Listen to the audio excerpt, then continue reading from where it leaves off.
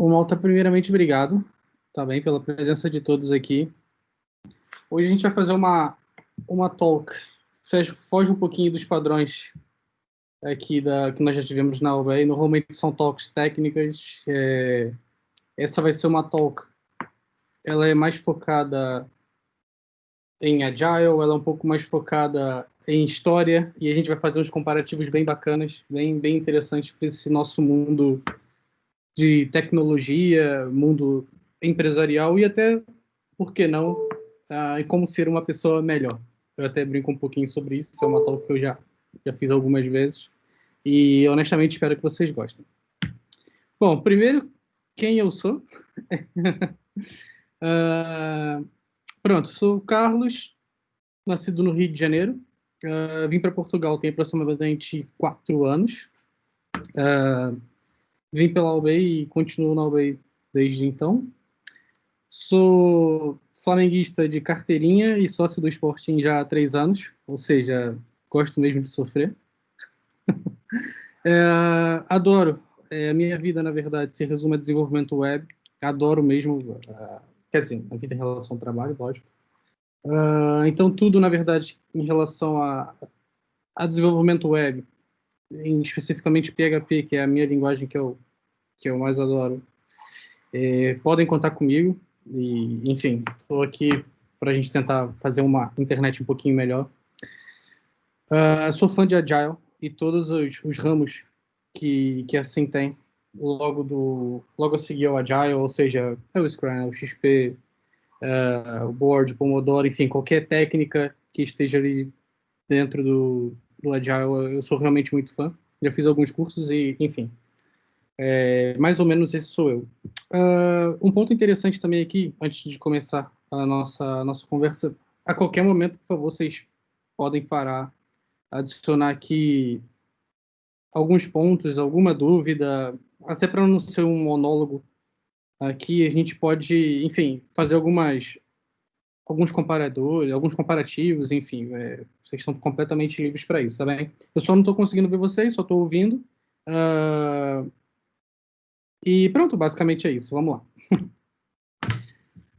Bom, primeiro momento para a gente pensando em escalar, quando a gente fala em escalar sistemas, ou escalar aplicações, isso é muito fácil, ou pelo menos deveria ser fácil, né? Para nós como desenvolvedores.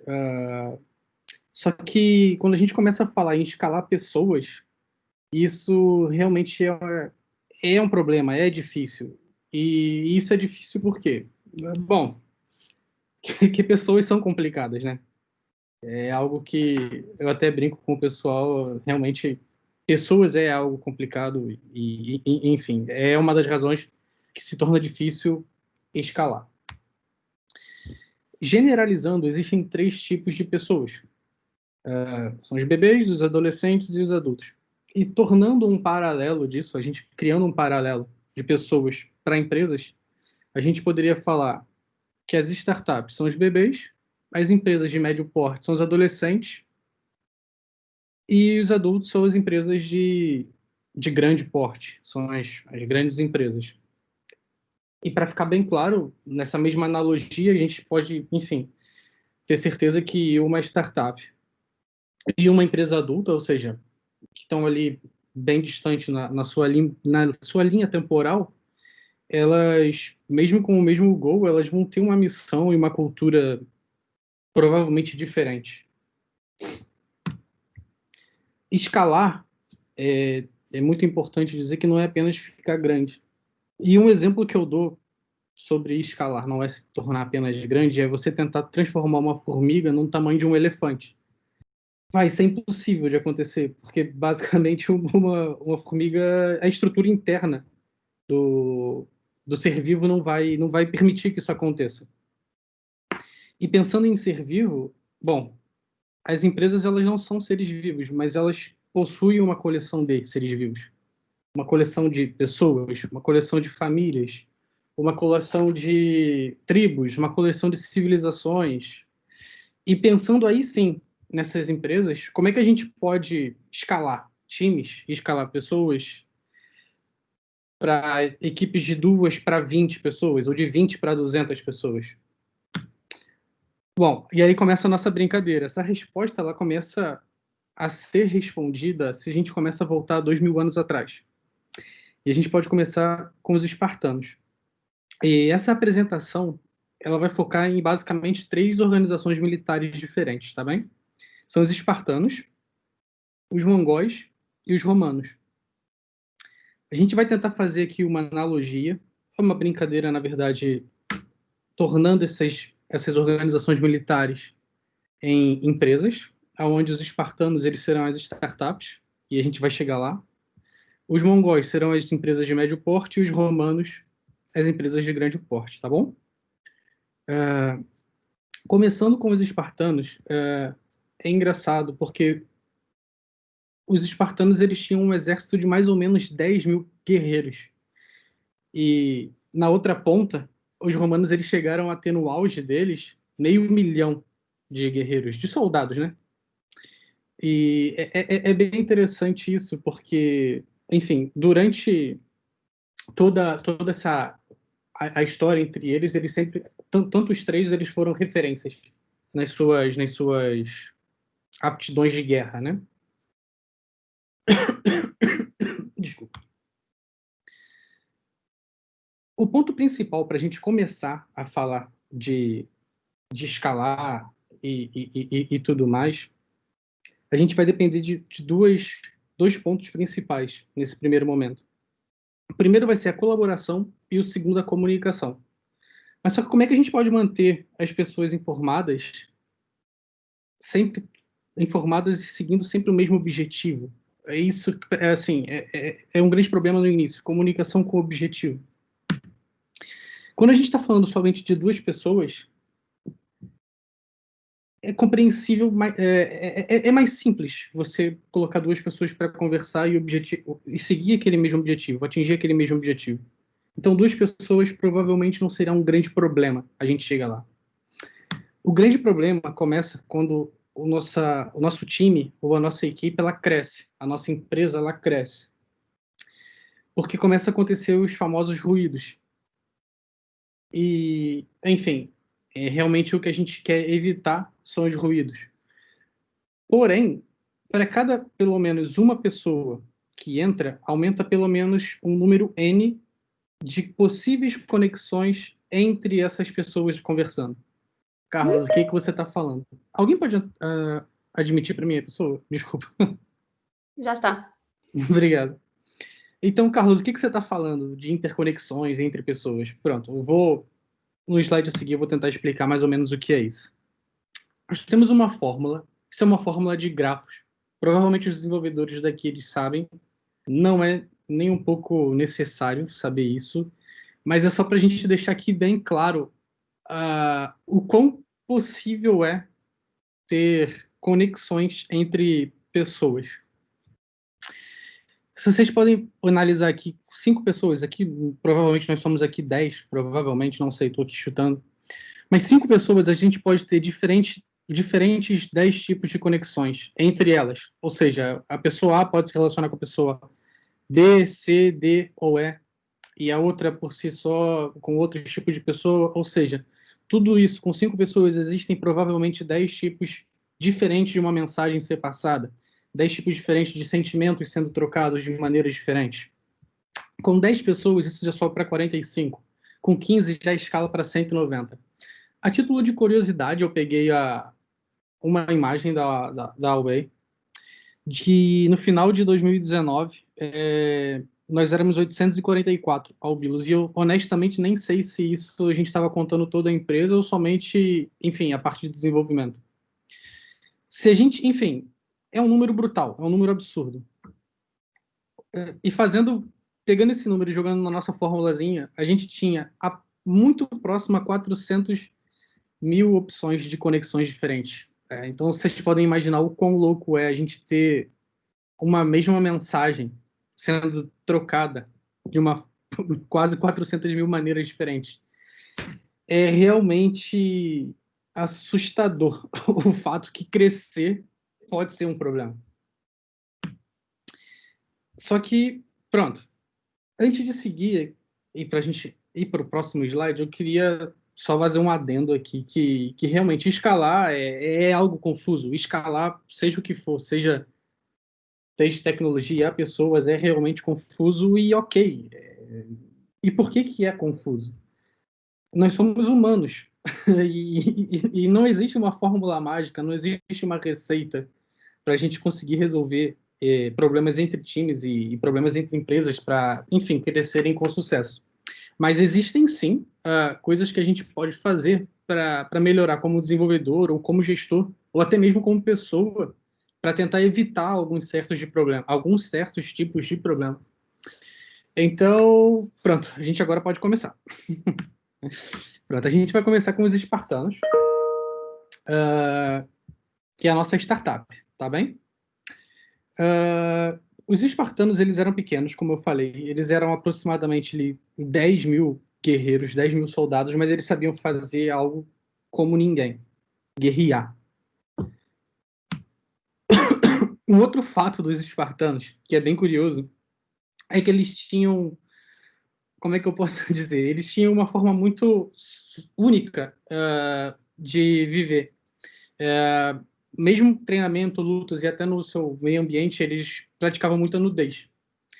E não que eu estou falando que isso realmente seja algo para se fazer, mas pronto, isso é um fato. Eles tinham esse código de vestimenta, se é que se pode falar de vestimenta, mas enfim, era algo que os espartanos seguiam e é uma curiosidade engraçada. Voltando realmente para a parte séria dos espartanos, e não somente os espartanos, mas sim as cidades gregas da época, a maioria delas eram cercadas por muros, eram cidades muradas.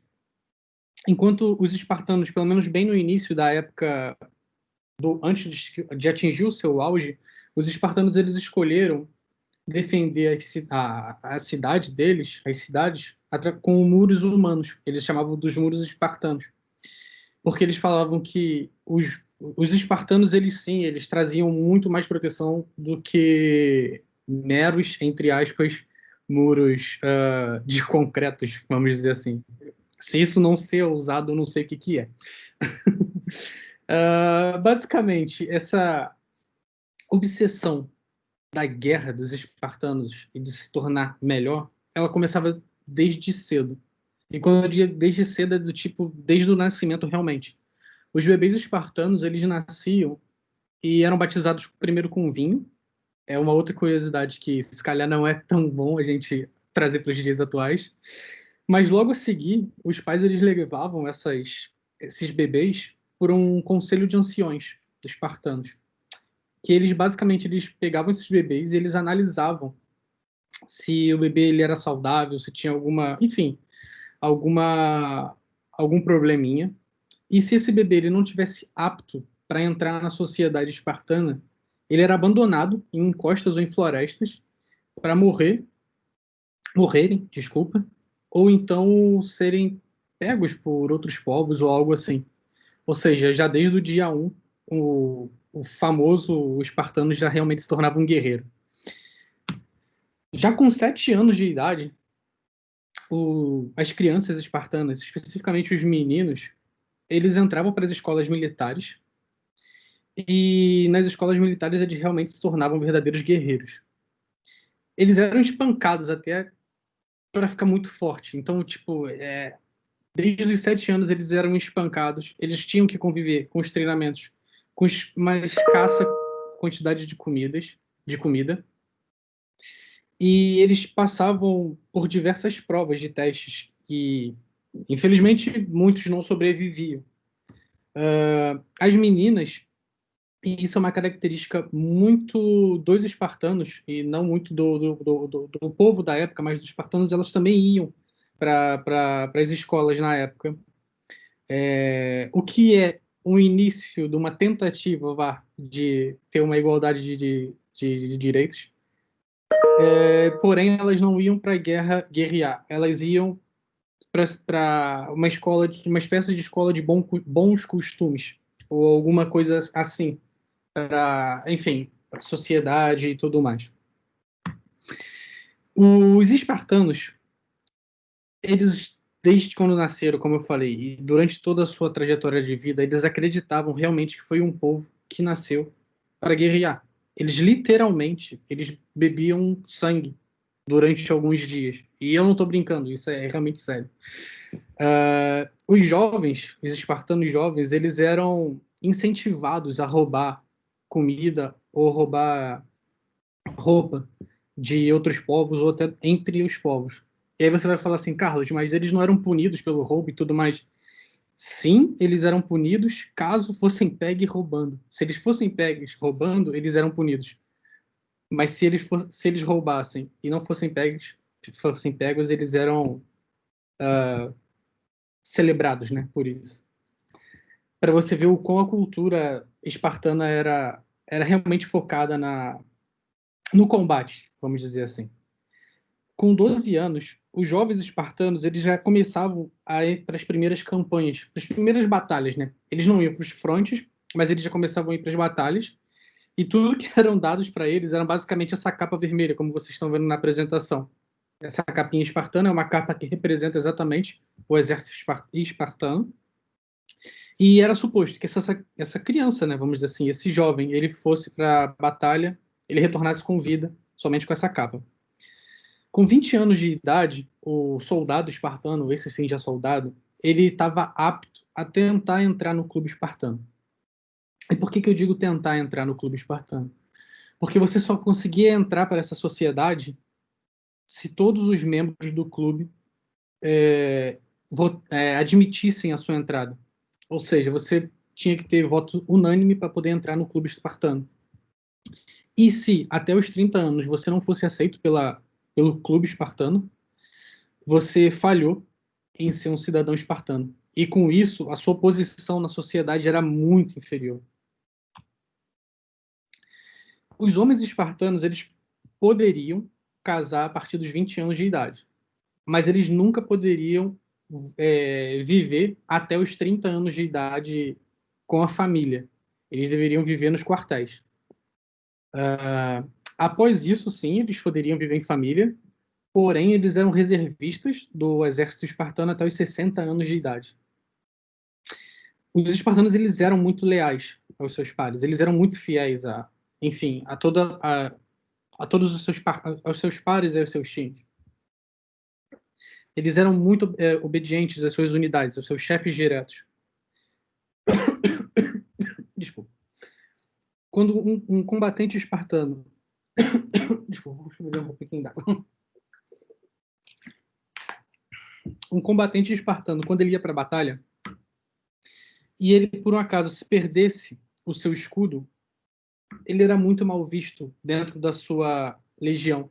E por que isso? Porque o escudo ele só não protegia o espartano, mas o escudo ele protege também o espartano ao lado. Ou seja, se isso não é trabalho em equipe, eu realmente não sei o que é. Basicamente, os espartanos eles tinham uma formação que se chama falange, que é exatamente essa que está na foto e é muito famosa por conta do filme 300 também. E essa formação era única, ela foi inventada pelos espartanos e era um modo único deles se moverem agrupados, juntos e um defendendo o outro.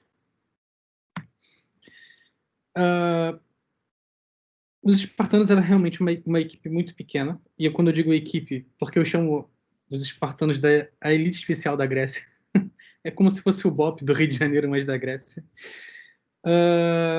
E por ser essa elite especial, eles tinham treinamentos realmente de formas especiais. Eles viviam sem comida, eles eram um número muito pequeno, mas em nenhum momento eles abatiam a cabeça. Eles realmente lutavam com os maiores da época.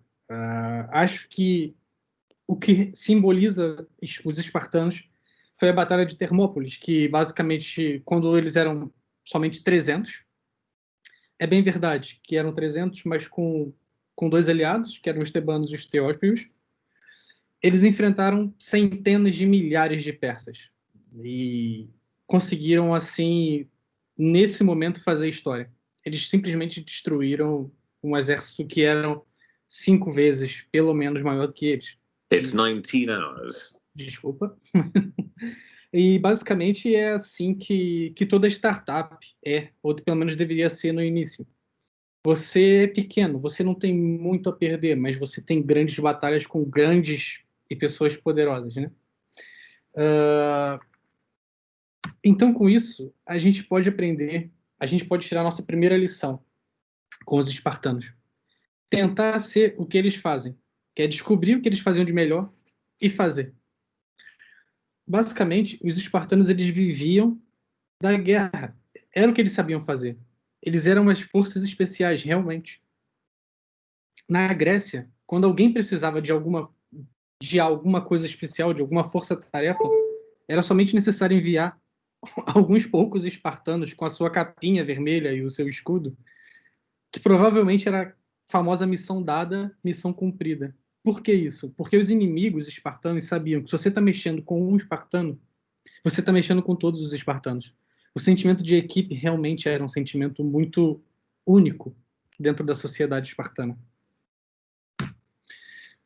Um outro ponto que a gente pode levar em consideração aqui é o fato dos espartanos serem sempre generalistas. E a gente deve pensar nisso também, nesse primeiro momento. Eu vou chegar lá. Isso até é um ponto muito, vamos dizer assim, mais à frente, isso torna-se a mudar um bocado. E por quê? Quando eu falo em contratar generalistas, desculpa, eu não estou falando aqui em contratar um pato, que é o cara que sabe voar, sabe nadar, sabe andar, mas faz tudo mal. Não, não é bem por aí. É simplesmente você não ter aqui um especialista na área, ele abre a possibilidade de você de você focar na resolução do problema da forma mais eficiente possível e não em como é que você vai resolver aquele problema de uma certa ferramenta específica ou de uma certa solução, ou seja, aquilo já não está tão enviesado. A gente está tentando aqui resolver problemas, porque sim, é o foco do nosso time, é o foco da nossa empresa, mas a gente já não quer especialistas em PHP, a gente não quer especialistas em Node, não. Nós temos um problema e queremos resolver esse problema. Comunicação natural. Permita conversas naturais. Tente, como é que eu posso dizer, fazer um autoconhecimento e observar da forma como você se comunica com as pessoas. Se você precisa delegar alguma responsabilidade para uma equipe ou para uma pessoa, explique isso para que não tenha tantos conflitos, ou tentar evitar algum tipo de conflitos. Se é alguma conversa que pode lhe causar problemas, evitar conversas, e que esse tipo de conversa seja feita num ambiente público. Tenta falar diretamente com uma pessoa e claro, tente fazer com que essa conversa não seja um monólogo. Dê ouvidos também, para que essa conversa seja realmente algo natural. Seja ousado. Os espartanos basicamente eram uma equipe pequena, as forças especiais pequenas da Grécia, mas eles não temiam nada. Eles eles não queriam nem ter muros. Basicamente, a cidade deles era a cidade murada pelos espartanos. Eles eram totalmente ousados, eles eram pessoas muito confiantes. E, basicamente, numa startup ou num time pequeno, se você não é ousado, se você não tem confiança no que você faz, se você realmente não acredita em você, você realmente não. Provavelmente você vai ter dificuldades em seguir o seu ciclo com o seu time ou com a sua empresa. E por que isso? Eu vou dar um exemplo clássico de startups. Normalmente, startups têm 2, 3 desenvolvedores. Tem prazos apertados entre ali 3 e 6 meses. Basicamente, você não tem muita coisa com o vento a seu favor. Então, você não tem muito a perder. Então, o que você tem que fazer? Cara, é seguir em frente. Mas é seguir em frente de verdade. É como os espartanos. Eles desafiaram os persas, que eram 5, 6 vezes a mais do que eles. E foram lá e derrotaram. Se a gente seguir em frente e não derrotar, paciência. É lição aprendida. E se a gente derrotar os nossos problemas, pronto, provavelmente a gente vai se tornar aí um novo, vamos dizer assim, o novo ditador não ditador na palavra ruim, mas o novo mandatório da sociedade. A gente agora vai entrar na parte das médias empresas, ou os nossos adolescentes, né, vamos dizer assim, que são os mongóis. Os mongóis, eles atingiram o apogeu deles com centenas de milhares de quilômetros. Como vocês podem ver no mapa, isso representa aproximadamente 20% do território mundial. Eles pegaram uma grande parte da Ásia, como vocês podem ver por aqui. Eles pegaram praticamente todo o Oriente Médio e o leste europeu inteiro. Em relação a condições territoriais, é algo, enfim, que não se tem muito o que falar. Eles não influenciaram muito as civilizações no que tange a cultura, por um simples motivo. Os mongóis, eles eram nômades. E por ser nômades eles, pronto, não meio que enraizavam as suas culturas, e as culturas possuíam, mais à frente a gente vai perceber também, eles eram um pouco, na verdade, eles eram bastante tolerantes em relação à cultura de povos conquistados. Porém, os mongóis, eles eram muito famosos na sua bravura, destreza em combates. Eles eram bem duros em relação aos combates. Eles, não vou dizer sádicos, mas, enfim, eles realmente, quando eram para guerrear, eles levavam isso muito a sério e destruíam, literalmente dizimavam, jogavam do mapa as cidades que eles, enfim, haviam lutado, mas eles deixaram um legado absurdo no que tange a parte militar, principalmente cavalaria, arco e flecha, né, com os arqueiros, e táticas, principalmente essas táticas de guerra. Uma das táticas mais famosas, que inclusive é desse senhor que está aparecendo aí, que é o Genghis Khan, era uma tática de simular quantidade de isso a longo, quando você está distante numa batalha, simular com várias tochas fincadas no chão para fingir que o seu exército é maior do que realmente é.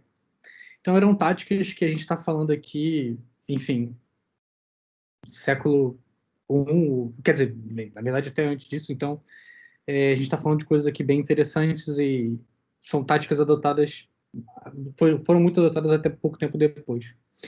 O Gengis Khan, que é esse rapaz que a gente está falando aqui, ele foi o primeiro imperador do Império Mongol. Ele instituiu o Império Mongol.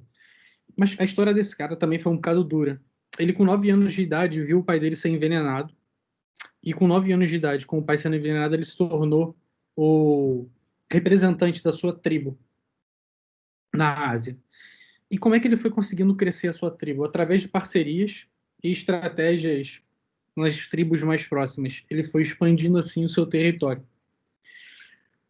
Ele teve um feito também muito duro, outro feito duro que houve na vida dele, mas que conseguiu muito respeito, foi quando a esposa dele, salvo erro, se chama Brot, ela foi raptada por uma tribo inimiga do Genghis Khan, que na verdade se chamava Temujin, antes disso.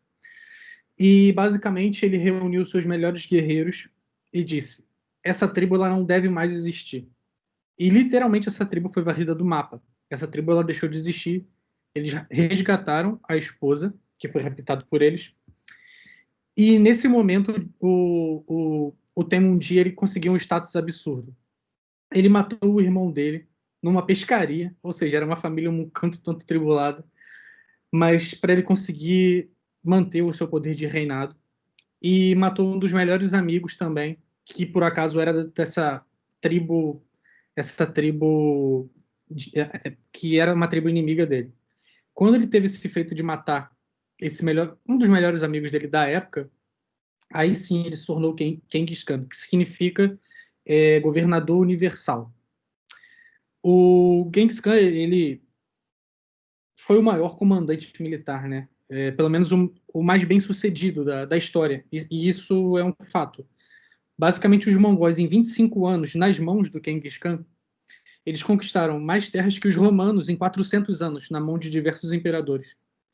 E sem falar nas inúmeras táticas de ataque que esse rapaz possuía.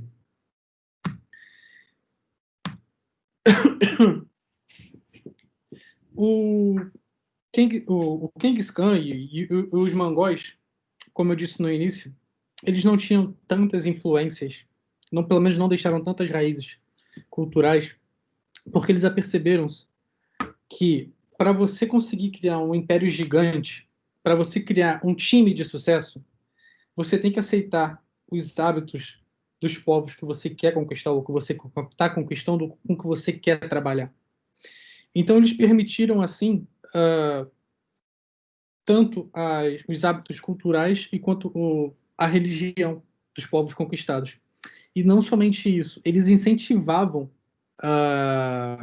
principalmente na parte da religião, eles incentivavam bastante a religião do povo alheio. Como isso, Carlos? Bom, eles, por exemplo, para os sacerdotes, eles davam isenções de impostos ou reduções de impostos para os sacerdotes de outras religiões. E esse feito pelos mongóis, fez com que eles realmente fossem, como é que eu posso dizer, os povos que eram absorvidos por eles aceitavam muito mais fácil ser absorvidos pelos mongóis, ou seja, entrarem no modo mongólico de ser, porque eles conseguiam manter a sua cultura e a sua religião. Um outro feito do Gengis Khan, que foi único para a época, foi o mérito, a promoção através do mérito.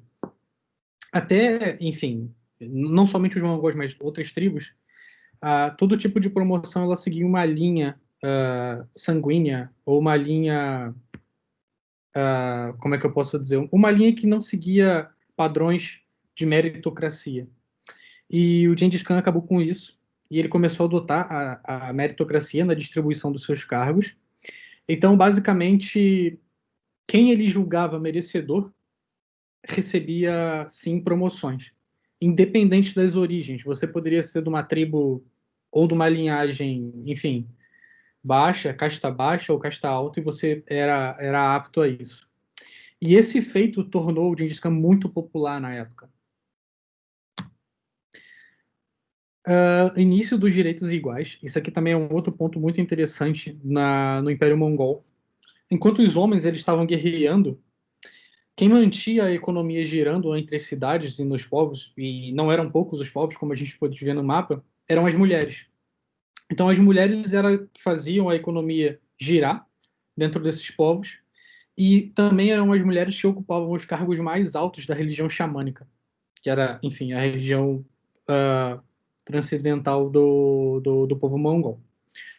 Essas mulheres, elas não estavam somente nos cargos religiosos e fazendo a economia girar. Por muitas vezes, até com a morte do Genghis Khan, elas chegaram a governar o império, ou pelo menos partes do império, quando ele começou a se dividir.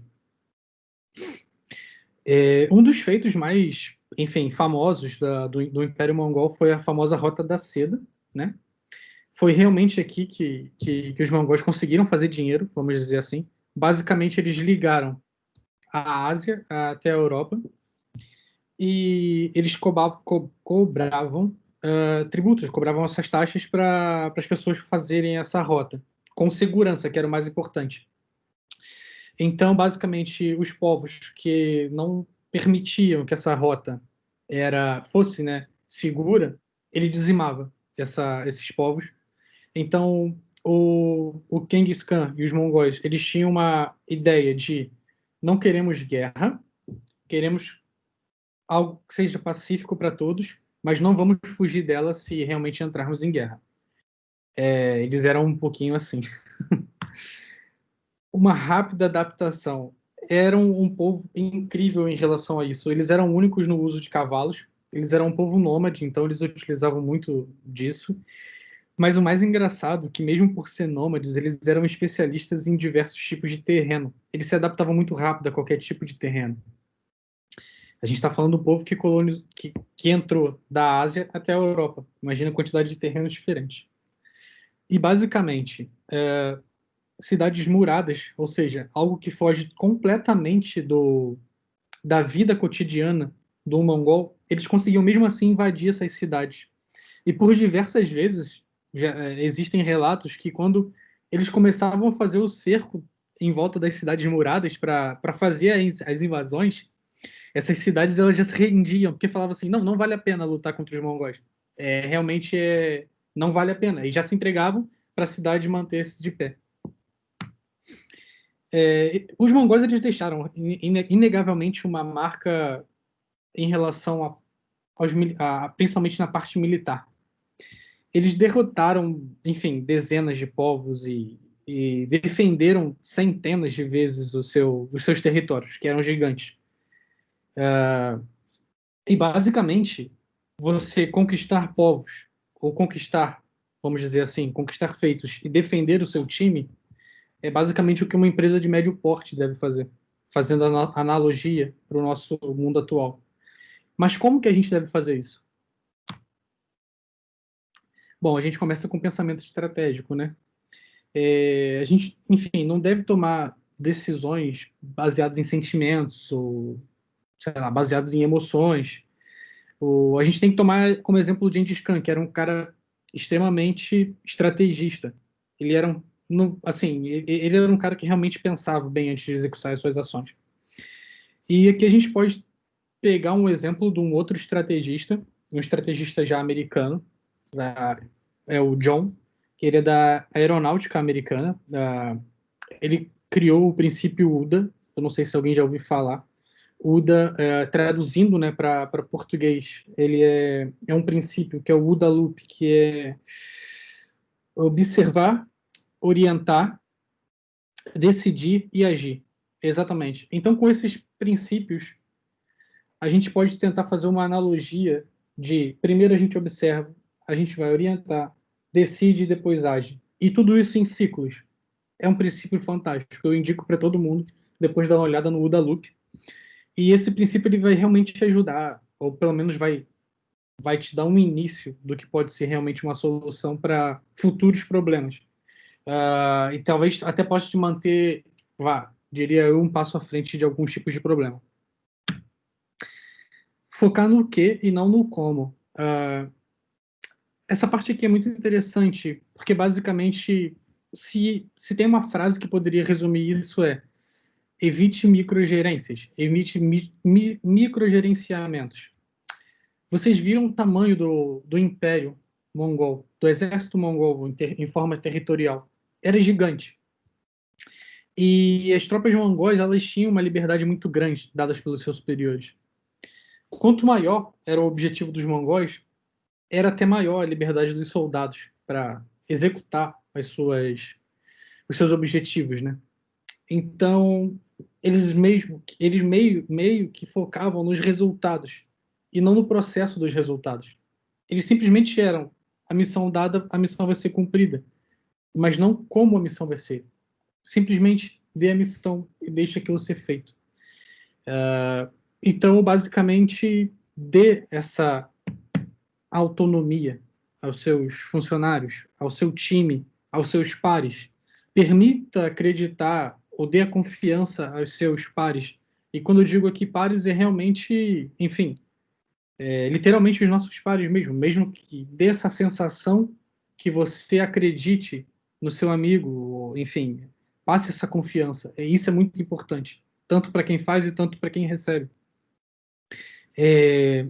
Voltando para o nosso povo mongol, os mongóis, nossa, mongol foi ótimo. Os mongóis eles tinham aproximadamente ali, por ser um povo nômade, eles tinham de 3 a 4 cavalos que eles mesmos autogerenciavam.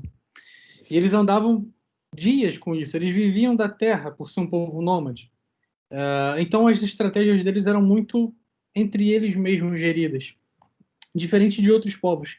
Já nessa mesma época, os inimigos dos mongóis, que às vezes tinham que esperar ordens superiores para, enfim, logísticas de recursos, logísticas de equipamento, logísticas de mudança. Então, esse microgerenciamento, por muitas vezes, atrapalhava os inimigos e era o grande trunfo dos mongóis em conseguir obter novos territórios. Fazendo agora uma analogia de volta para a gente, pronto, é tentar dar aos nossos funcionários, tentar dar ao nosso time, até aos nossos pares, os materiais necessários que são necessários para a execução daquela tarefa, para a execução daquele problema. Claro, a gente tem que dar o suporte, né? o suporte necessário, se é que seja necessário alguma coisa, a gente tem que estar ali, mas a gente tem que sempre realmente proteger esse nosso time.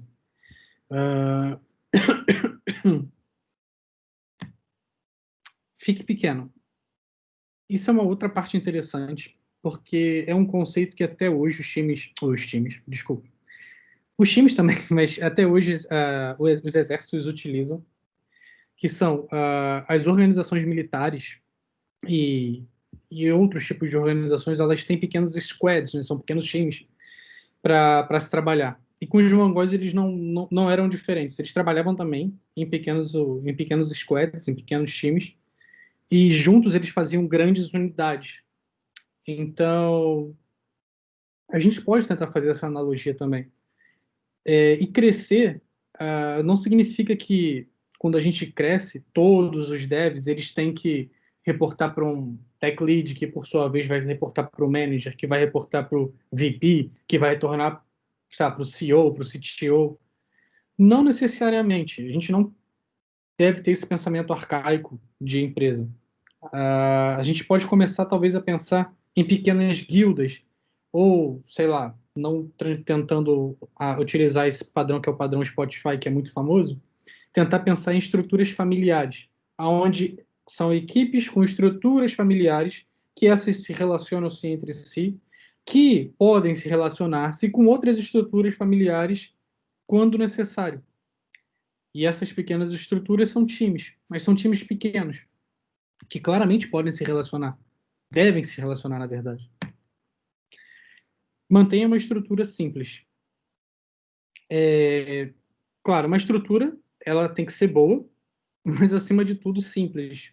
Acho que não vale a pena, acho não, de certeza não vale a pena você começar um projeto e você já começa, por exemplo, com o Gira, que é uma incrível ferramenta, não estou falando mal do Gira, mas é uma incrível ferramenta com um poderio de fogo absurdo. Ela tem diversas... Ela pode, nesse momento, o Gira pode ser um inimigo, ao invés de ser um aliado. Ela é muito complexa por N fatores, porque por ela ter tantas soluções possíveis, ela provavelmente vai trazer problemas nesse primeiro momento. Talvez não valha a pena você chegar para o início de conversa e já contratar um Scrum Master e querer que ele resolva todos os seus problemas. Talvez você tenha que começar realmente do começo. Se calhar é a comunicação, o que nós começamos lá no início. É fazer uma adoção de um stand-up com a sua equipe, o que cada um anda fazendo. É começar a fazer um tracking, e mesmo não precisa nem utilizar um software, mas fazer um tracking dos seus bugs, quantos bugs estão fazendo por cada subida, por cada deploy, quantas features estão sendo lançadas por cada semana, por cada mês, e como que essas features têm impactado os seus clientes, quanto de receita tem gerado, ou então, sei lá, fazendo uma analogia, durante essa semana, enfim, quantos novos cargos a gente conseguiu, e qual foi o perfil, e de onde é que está vindo mais, enfim, é começar a fazer pequenas anotações, e não precisa de uma ferramenta robusta para isso, mas começar de uma estrutura bem simples e começar depois de uma estrutura simples para algo mais complexo. A gente não precisa, talvez, de uma comunicação muito grande nesse momento, até porque nós estamos falando ainda de uma empresa de médio porte, e muita comunicação nesse momento ainda pode ser ineficiente e causar pequenos problemas. Como a gente falou, muita comunicação no começo, e a gente já está falando de uma empresa de médio porte, muita comunicação com muita pessoa pode gerar ruído. Então, assim, a gente pode tentar prevenir essas falhas agindo realmente como uma empresa deve agir, mas evitar aqueles processos padrões que muitas empresas adotam. E eu vou dar aqui pelo menos 2 exemplos que vieram à cabeça. São os one-on-ones obrigatórios. O one-on-one, eu não sei se todo mundo conhece, mas basicamente é uma reunião de feedback normalmente, mas não necessariamente, você com um gestor ou um líder, mas pode ser entre pares também. Uma conversa franca, uma conversa honesta. Mas essa reunião, esse one-on-one, desde quando ele se torna obrigatório, provavelmente esse one-on-one já não entrega valor. Esse one-on-one, ele tem muito mais valor quando ele é realmente verdadeiro, quando ele é necessário e não quando ele é obrigatório. É completamente diferente o one-on-one obrigatório para o one-on-one realmente necessário, quando você realmente precisa de um one-on-one. E um outro exemplo clássico, que, enfim, é algo que também não agrega muito valor, mas diversas empresas fazem, por exemplo, tentar fazer, sei lá, um resumo semanal das suas atividades no final da sexta-feira. Sexta-feira à tarde, 6 horas da tarde, num sol. Quem quer fazer um relatório de atividades? Não faz nem sentido. Até porque, enfim, se é para fazer um tracking, que seja um tracking de atividades realizadas focadas em objetivos, como nós conversamos aqui há alguns slides atrás. Vamos focar no resultado. Vamos, enfim, não vamos tentar entender. Tem uma expressão que eu não quero saber se é pato ou se é pato, eu quero saber do ovo. Então, basicamente isso. Não vamos focar nessas atividades microgerenciais. O que você fez essa semana toda? Entre 3 e as 4, o que você andou fazendo? Não. Apresenta resultados. Foca nos resultados. Foco. Bom, foco em uma coisa. Isso é muito importante, porque até aqui nós falamos, parece que não, mas já falamos bastante coisa. E isso bate um ânimo, é muito legal. Quando a gente começa a ver coisas novas, como a gente começa a ver alguns exemplos, e mesmo com essas analogias, dá vontade de sair daqui e já começar a fazer, enfim, abrir boards e começar a fazer coisas. E isso é legal, isso é bacana. E eu não tenho dúvida nenhuma que a sua equipe, o seu time, vai chegar lá, vai melhorar. Mas ainda não é o momento.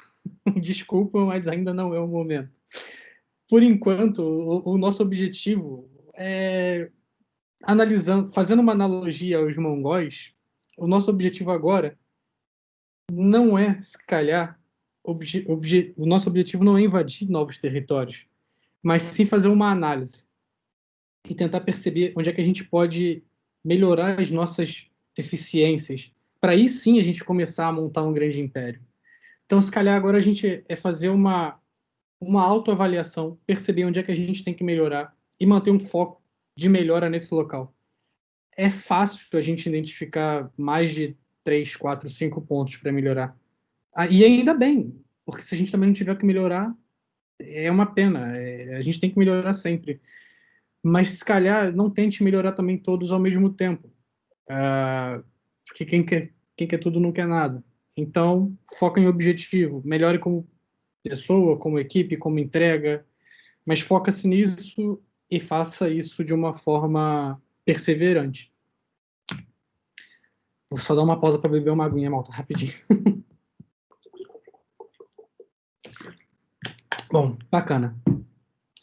Então, se a gente chegou aqui com todas as diversidades de empresa, se a gente for lá com a nossa startupzinha, contra tudo e contra todos, o nosso time pequenininho, 2 pessoas entregando release a cada 3 semanas, com vários bugs subindo, a gente foi lá, conseguiu virar uma empresa de médio porte, ou então a gente chegou lá, agora a gente, já tem uma microgestão, desculpa, uma microgestão. Ou a gente já tem um time minimamente, entre aspas, grande, onde a gente já consegue delegar tickets de uma forma mais fácil, e a gente conseguiu crescer um pouquinho mais, e a gente passou por todas essas adversidades. Parabéns, a gente agora chegou na parte romana. A gente agora realmente é uma empresa de grande porte. Os romanos, eles foram uma, ou se não foi a maior organização que o mundo já viu. A gente agora já não está falando de um pequeno grupo de 300 pessoas, a gente está falando agora de um império. E agora, falando em império, o nosso objetivo não é mais conquistar terras. O objetivo agora vai ser proteger, basicamente, o que nós construímos aqui. Então, a gente tem que pensar, basicamente, em focar em defesa, focar na administração, focar no gerenciamento, focar em processo. Tudo isso agora vai fazer parte do nosso dia a dia, como um romano. Os romanos, eles basicamente, assim, é incontestável, eles foram imparáveis, foram eles foram muito à frente do império deles, da época deles, né? Eles foram um dos maiores impérios que o mundo atual já viu.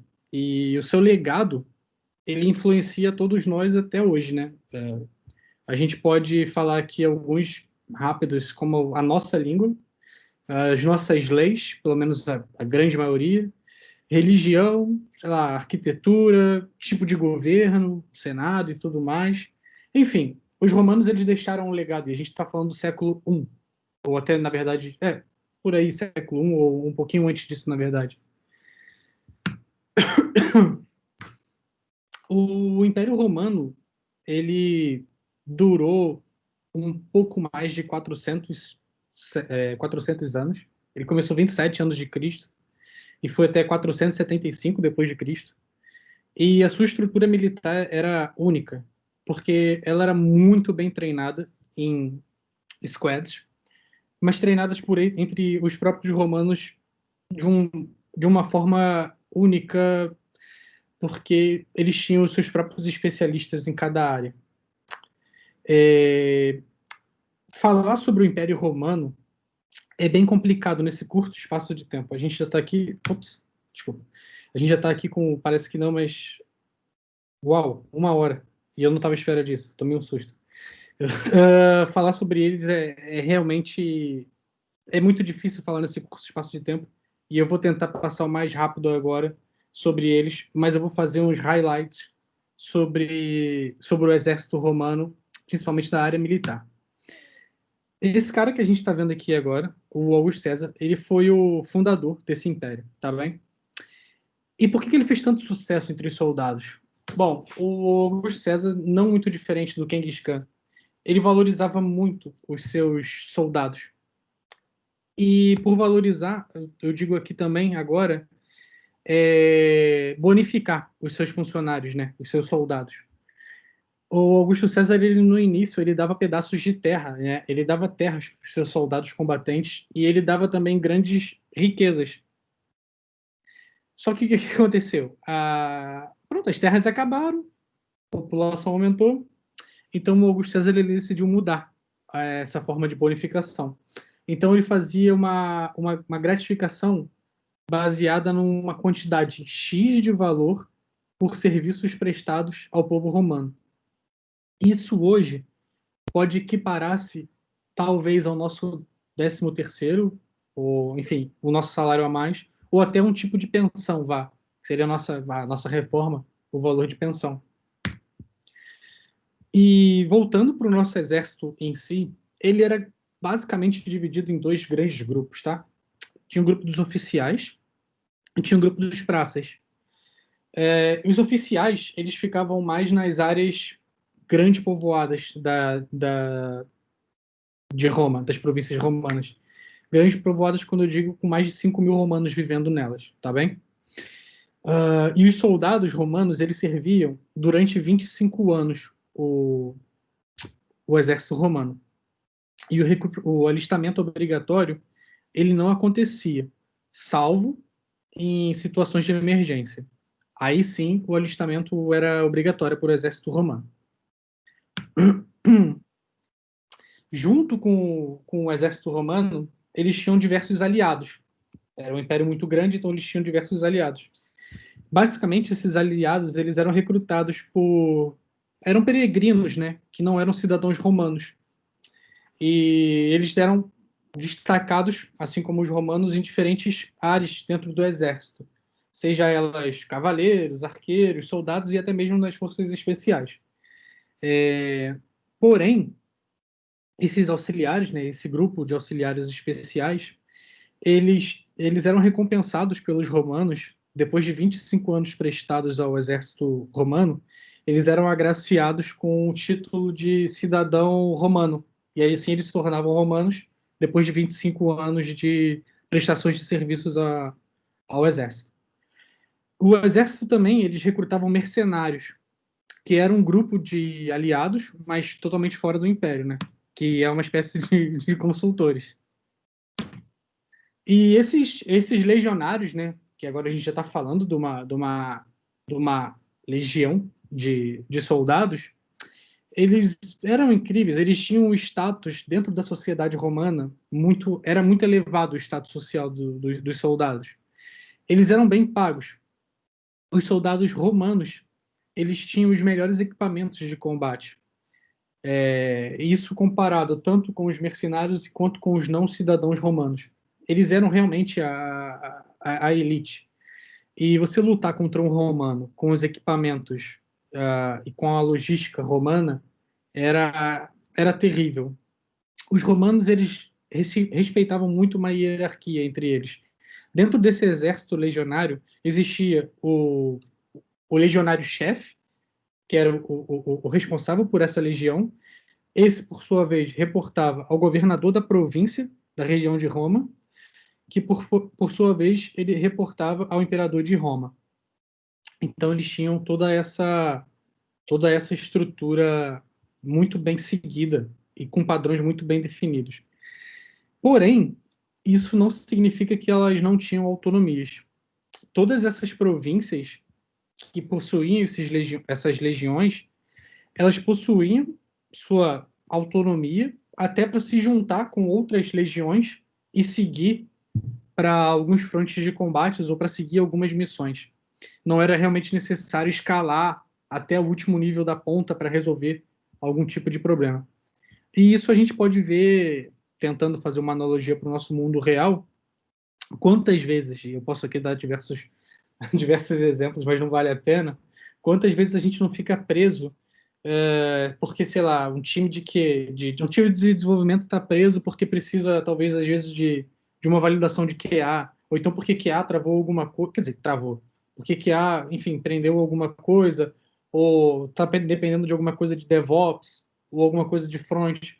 E essa autonomia, enfim, parece que às vezes não é muito levada a sério quando a gente está falando do século I, as pessoas já conseguiam resolver esse tipo de conflitos. Com isso, a gente consegue chegar aqui no ponto de trabalhar com times pequenos. Trabalhar com times pequenos é interessante, mas nem somente o conceito de trabalhar com times pequenos. A gente pode também levar esse conceito para a parte de desenvolvimento. Eu vou dar um exemplo de classes. Quando a gente pega uma classe grande, a primeira coisa que a gente faz, um código grande, né? A gente faz, a primeira coisa, é tentar quebrar.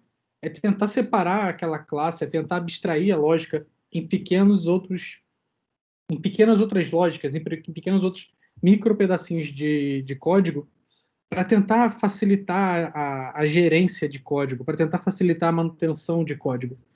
E pensando em pessoas, pensando em times, é a mesma coisa. É basicamente a gente dividir para conquistar.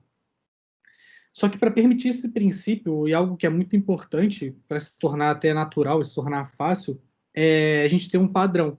Não é um time possuir uma forma de gestão totalmente diferente da outra. Claro que isso vai acontecer. Nós somos seres humanos. Porém, é tentar adotar padrões mínimos para que, como a gente vive em sociedade, a gente tem padrões mínimos, pensando em times ser a mesma coisa. Os times devem ter autonomias, porém, eles devem ter padrões para que, enfim, todos sejam fáceis da gente conseguir, nos campos de batalha, entre aspas, a gente conseguir ter uma certa comunicação. Estabelecer uma visão clara, isso é muito importante, tanto nos frontes de batalha quanto na vida real. Nesse caso aqui, eu gosto de fazer uma analogia de pensar que cada time, como a gente estava falando no slide anterior, cada time fosse, por exemplo, um grupo de espartanos, que foi o nosso primeiro grupo, ou seja, um grupo de startups. E se tentar seguir os mesmos valores, tentar dar a autonomia para que cada time tenha essa visão clara, porém uma visão ampla entre times. Isso é muito importante. Porque, como é que eu posso dizer isso? Bom, um time sem foco, um time que não tem um foco, não sabe para onde que vai, ele naturalmente, ou o time, ou pior, a pessoa do time, ou seja, entre os times, cada um tem micro visões, eles vão olhar naturalmente para o próprio umbigo, ou para o próprio umbigo do time, ou para o próprio umbigo da pessoa. E isso pode ser que não seja bom para a empresa, ou não seja bom para o time, pensando no que está acontecendo naquele momento. Então, pronto, os líderes, né? E quando eu digo líder, até mesmo os pares, eles precisam aqui constantemente, né, comunicar a direção, tentar mostrar os objetivos de forma clara, as decisões que estão sendo tomadas, e se acontecer alguma mudança, algum tipo de mudança, no meu ver, o mais importante é explicar a razão dessa mudança. Eu acho que responder o porquê dessa mudança, responder o porquê a visão, o objetivo está sendo mudado, é muito mais importante do que a ordem em si da mudança. Porque, basicamente, isso vai passar contexto e vai deixar uma clareza em relação à sua mensagem que você está dando. Um outro ponto importante ainda sobre visão, sobre objetivos, é a quantidade de mudanças que o seu time, a sua empresa, faz durante um certo período de tempo. É totalmente compreensível, ainda mais nos tempos atuais que a gente vive, uma empresa tentar pivotar ou um time tentar alterar alguma coisa, porque a gente está falando de um futuro muito diferente do normal. E ok, é totalmente aceitável isso. Mas, a cada 3 meses, mudar um objetivo da empresa, a cada 5 meses, mudar a gestão da empresa, e sem justificar isso, isso começa a trazer muita descredibilidade para a organização, não para a pessoa, ou para, enfim, para quem reportou, para nem nada, mas sim para a organização num todo. E quando essa descredibilidade ela começa a ser passada, se calhar as próximas mensagens, ou não necessariamente com esse tipo de mudança, mas até outras, elas, enfim, essas palavras elas já não passam tanta segurança. E as pessoas já começam a não te ouvir da mesma maneira como era antigamente.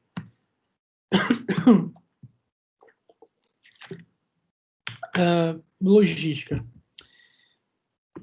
Logística, e não somente logística, mas planejamento. Isso é muito importante. Os romanos eles investiram pesado no sistema tanto de manutenção de vias e na criação de vias. E por que isso? Porque basicamente era através desse tipo de movimentação que eles conseguiam mover-se rapidamente e avançar em cima dos seus inimigos quando era necessário. Então, basicamente, os romanos eles tinham, acredite se quiser, eles tinham equipes tanto de logística e de transporte de materiais para transportar, seja comida, seja equipamentos, seja o que for, para reabastecer as equipes que estavam em fronte de batalha. E isso fazia uma diferença absurda. Logística realmente faz sentido. Logística e planejamento realmente importa. Se a gente parar para pensar, todos esses 3 modelos, esses 3, vamos dizer assim, padrões que nós conversamos aqui, isso são modelos de gerenciamento. E é verdade, são modelos de gerenciamento. E a gente pode ser bem verdadeiro. A gente tem que escolher um modelo e seguir em frente. Seja Agile, seja Scrum, XP, sei lá, Kanban. É só escolher um modelo e seguir em frente. Não estou falando qual é melhor e qual que é pior. É só realmente fazer. Porém, que essa é a grande diferença de uma empresa grande ou do império grande. É realmente seguir à risca aquele modelo. Não é chegar e falar assim, nós fazemos Agile. E falar somente que faz Agile, sei lá, na descrição da vaga, e chega no momento realmente de trabalhar, não tem nada a ver com Agile. É realmente seguir à risca o que se é proposto feito. É a diferença que realmente faz a diferença aqui. É você seguir à risca o que a sua gerenciamento. Eita, o seu tipo de gerenciamento de projeto. Invista nos seus funcionários. Investir nos seus funcionários aqui realmente cuidar dos seus funcionários. É incentivar que os funcionários eles tenham uma boa qualidade de vida e ter uma boa relação com o trabalho. E mesmo que a gente não consiga fazer isso, porque, enfim, pode ter N razões, é fazer que, pelo menos, os funcionários eles não tenham mais horas extras do que estão no contrato pré-estabelecido. Isso aqui é muito importante. É do tipo, será que aquele deploy às sexta-feira, 6 da tarde, realmente é necessário? se calhar não é necessário. Então, para que a gente vai fazer isso? Mas em contrapartida, que eu também não estou falando que emergências não vão acontecer. Claro que acontece. Na área de tecnologia, então, é absurdo. Um site cai, sei lá, pelo menos uma vez no mês. Não deveria cair, mas acontece. E quando isso acontece, a gente sabe que a gente vai sair tarde. Isso é normal. Não tem problema nenhum em relação a isso. Porém, é completamente diferente da gente, num fim de semana, por exemplo, ser, como é que eu posso dizer? Ser instigado a abrir o e-mail da empresa.